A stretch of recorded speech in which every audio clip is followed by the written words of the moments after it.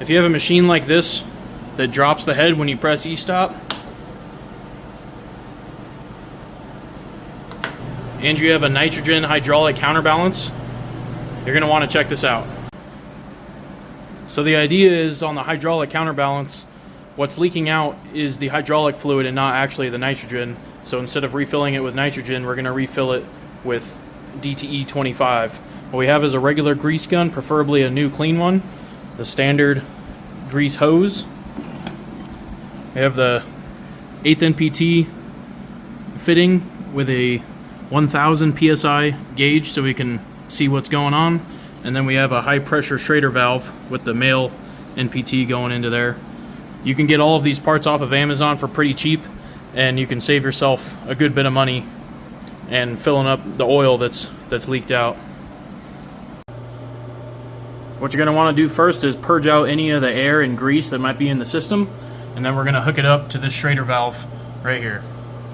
So with the T-handle here screwed out, you don't want it screwed in because the pressure will, the grease gun pressure will overcome the Schrader valve and push in, so you don't have anything coming out.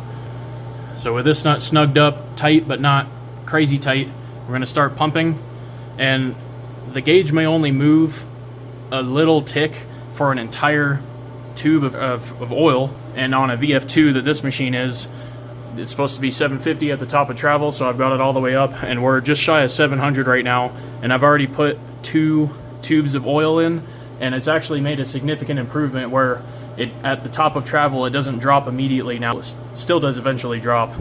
So we'll start pumping and see how much higher it goes. So we're right there. We'll see where we're at the end of the tube. So I've done a good amount of pumping, and it feels like the oil's out. The pressure kind of felt like it changed, and you can see we've gone up a little bit. We've gone up about half of that, which I believe is about 25 psi.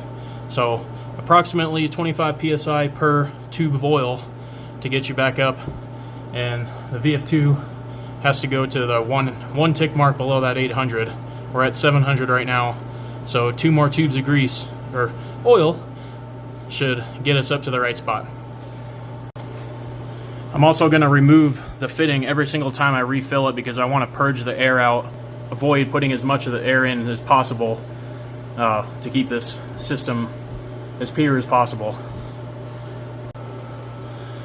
Alright, so after about 5 tubefuls of oil, we are just a hair above 750. Could probably go to 775, 800, and I believe be okay, but we'll just stop right at 750 and let's go test out the machine. So that was definitely a workout. I found that you get about 100 to 150 pumps of that grease gun for about 25 psi without risking running out of oil and pumping air in. So it's a lot better to end up with oil still in the tube rather than nothing and you're pumping air in. So we are at the total top of travel, and let's hit E-stop and see what happens.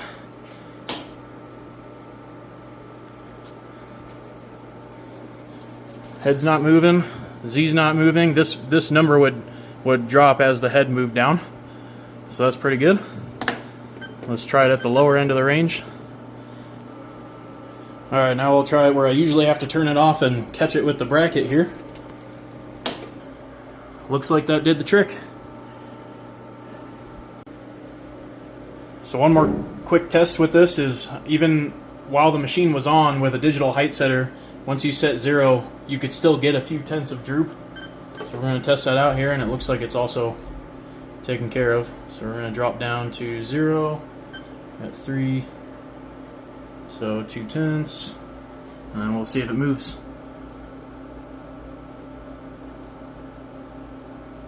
Yeah, it would have moved several tenths by now, so it's definitely fixed. Hopefully there's no future problems with it. So please use this information at your own risk. I'm not responsible if anything goes wrong.